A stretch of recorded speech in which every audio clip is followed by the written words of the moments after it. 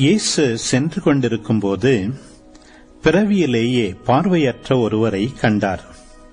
ரபி, இவர் பார்வையற்றவராய் பிறக்க காரணம் இவர் செய்த பாவமா, இவர் பெற்றோர் செய்த பாவமா என்று இயேசுவின் சீடர்கள் அவரிடம் கேட்டார்கள். அவர் மறுமொழியாக, இவர் செய்த பாவமும் அல்ல, இவர் பெற்றோர் செய்த பாவமும் அல்ல. கடவுளின் செயல் இவர் வழியாக வெளிப்படும் பொருட்டே இப்படி பிறந்தார்.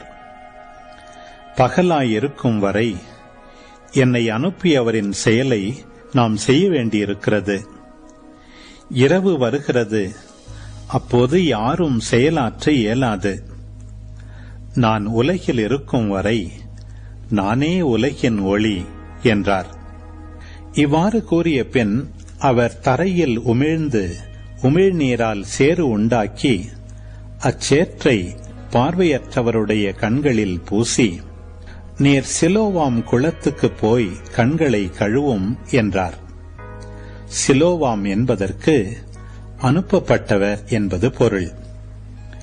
அவரும் போய் கழுவி பார்வை பெற்று திரும்பி வந்தார். அக்கம்பக்கத்தாரும் அவர் பிச்சை எடுத்துக் கொண்டிருந்ததை முன்பு பார்த்திருந்தோரும், இங்கே அமர்ந்து பிச்சை எடுத்துக் கொண்டிருந்தவர் இவர் அல்லவா என்று பேசிக் கொண்டனர். சிலர் அவரே என்றனர். வேறு சிலர் அவரல்ல, அவரை போல் இவரும் இருக்கிறார் என்றனர். ஆனால் பார்வை பெற்றவர் நான் தான் அவன் என்றார். அவர்கள், உமக்கு எப்படி பார்வை கிடைத்தது என்று அவரிடம் கேட்டார்கள். அவர் அவர்களை பார்த்து, இயேசு எனப்படும் மனிதர் சேறு உண்டாக்கி என் கண்களில் பூசி, சிலோவாம் குளத்துக்கு போய் கண்களை கழுவும் என்றார். நானும் போய் கழுவினேன், பார்வை கிடைத்தது என்றார். அவர் எங்கே என்று அவர்கள் கேட்டார்கள். பார்வை பெற்றவர் எனக்கு தெரியாது என்றார். முன்பு பார்வையற்றவராய் இருந்த அவரை அவர்கள் பரிசேயரிடம் கூட்டி வந்தார்கள். இயேசு சேறு உண்டாக்கி அவருக்கு பார்வை அளித்த நாள் ஓர் ஓய்வு நாள்.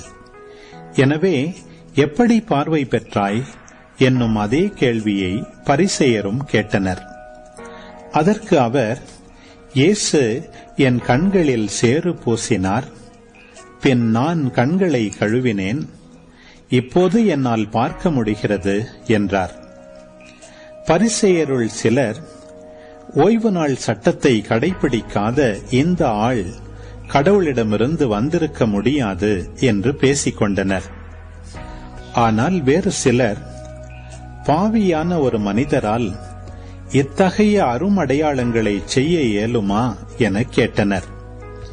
இவ்வாறு அவர்களிடையே பிளவு ஏற்பட்டது. அவர்கள் பார்வையற்றிருந்தவரிடம், உனக்கு பார்வை அளித்த அந்த ஆளை குறித்து நீ என்ன சொல்கிறாய் என்று மீண்டும் கேட்டனர். அவர் ஓர் இறைவாக்கினர் என்றார் பார்வை பெற்றவர். அவர் பார்வையற்றிருந்து இப்போது பார்வை பெற்றுள்ளார் என்பதை அவருடைய பெற்றோரை கூப்பிட்டு கேட்கும் வரை யூதர்கள் நம்பவில்லை. பிறவியிலேயே பார்வையற்றிருந்தான் என நீங்கள் கூறும் உங்கள் மகன் இவன்தானா? இப்போது இவனுக்கு எப்படி கண் தெரிகிறது என்று கேட்டார்கள். அவருடைய பெற்றோர் மறுமொழியாக, இவன் எங்களுடைய மகன்தான், இவன் பிறவியிலேயே பார்வையற்றவன்தான். ஆனால் இப்போது எப்படி அவனுக்கு கண் தெரிகிறது என்பதோ, யார் அவனுக்கு பார்வை அளித்தார் என்பதோ எங்களுக்கு தெரியாது. அவனிடமே கேளுங்கள். அவன் வயது வந்தவன்தானே, நடந்ததை அவனே சொல்லட்டும் என்றனர். யூதர்களுக்கு அஞ்சியதால்தான் அவருடைய பெற்றோர் இப்படி கூறினர். ஏனெனில் இயேசுவை மெசியாவாக ஏற்றுக்கொள்ளும் எவரையும் தொழுகை கூடத்திலிருந்து விலக்கிவிட வேண்டும் என்று யூதர்கள் ஏற்கனவே தங்களிடையே உடன்பாடு செய்திருந்தார்கள். அதனால் அவருடைய பெற்றோர், அவன் வயது வந்தவன்தானே, அவனிடமே கேட்டுக்கொள்ளுங்கள் என்றனர். பார்வையற்றிருந்தவரை யூதர்கள் 2ஆம் முறையாக கூப்பிட்டு அவரிடம், உண்மையை சொல்லி கடவுளை மாட்சிப்படுத்து. இம்மனிதன் ஒரு பாவி என்பது எங்களுக்கு தெரியும் என்றனர். பார்வை பெற்றவர் மறுமொழியாக, அவர் பாவியா இல்லையா என்பது எனக்கு தெரியாது. ஒன்று மட்டும் எனக்கு தெரியும், நான் பார்வையற்றவனாயிருந்தேன், இப்போது பார்வை பெற்றுள்ளேன் என்றார். அவர்கள் அவரிடம், அவன் உனக்கு என்ன செய்தான், எப்படி பார்வை அளித்தான் என்று கேட்டார்கள். அவர் மறுமொழியாக, ஏற்கனவே நான் உங்களிடம் சொன்னேன், அப்போது நீங்கள் கேட்கவில்லை, இப்போது மீண்டும் ஏன் கேட்க விரும்புகிறீர்கள்? ஒருவேளை நீங்களும் அவருடைய சீடர்களாக விரும்புகிறீர்களோ என்று கேட்டார். அவர்கள் அவரை பழித்து, நீ அந்த ஆளுடைய சீடனாக இரு, நாங்கள் மோசேயின் சீடர்கள். மோசேயோடு கடவுள் பேசினார் என்பது எங்களுக்கு தெரியும், இவன் எங்கிருந்து வந்தான் என்பதே தெரியாது என்றார்கள். அதற்கு அவர், இது வியப்பா இல்லையா? எனக்கு பார்வை அளித்திருக்கிறார், அப்படியிருந்தும் அவர் எங்கிருந்து வந்தவர் என தெரியாது என்கிறீர்களே. பாவிகளுக்கு கடவுள் செவிசாய்ப்பதில்லை. இறை பற்றுடையவராய் கடவுளின் திருவுளப்படி நடப்பவருக்கே அவர் செவிசாய்க்கிறார் என்பது நமக்கு தெரியும். பிறவியிலேயே பார்வையற்றிருந்த ஒருவர் பார்வை பெற்றதாக வரலாறே இல்லையே.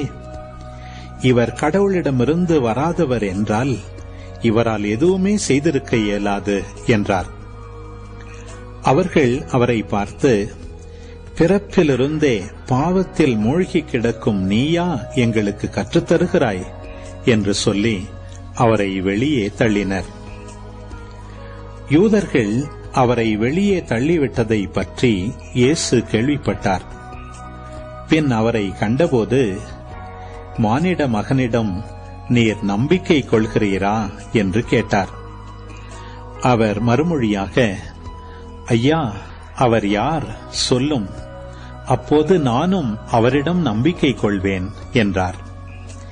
இயேசு அவரிடம், நீர் அவரை பார்த்திருக்கிறீர், உம்மோடு பேசிக் கொண்டிருப்பவரே அவர் என்றார். அவர், ஆண்டவரே, நம்பிக்கை கொள்கிறேன் என்று கூறி அவரை வணங்கினார். அப்போது இயேசு, தீர்ப்பு அளிக்கவே நான் இவ்வுலகிற்கு வந்தேன், பார்வையற்றோர் பார்வை பெறவும் பார்வையுடையோர் பார்வையற்றோர் ஆகவுமே வந்தேன் என்றார். அவரோடு இருந்த பரிசேயர் இதை கேட்டபோது, நாங்களுமா பார்வையற்றோர் என்று கேட்டனர். இயேசு அவர்களிடம், நீங்கள் பார்வையற்றோராய் இருந்திருந்தால் உங்களிடம் பாவம் இராது. ஆனால் நீங்கள் எங்களுக்கு கண் தெரிகிறது என்கிறீர்கள், எனவே நீங்கள் பாவிகளாகவே இருக்கிறீர்கள் என்றார்.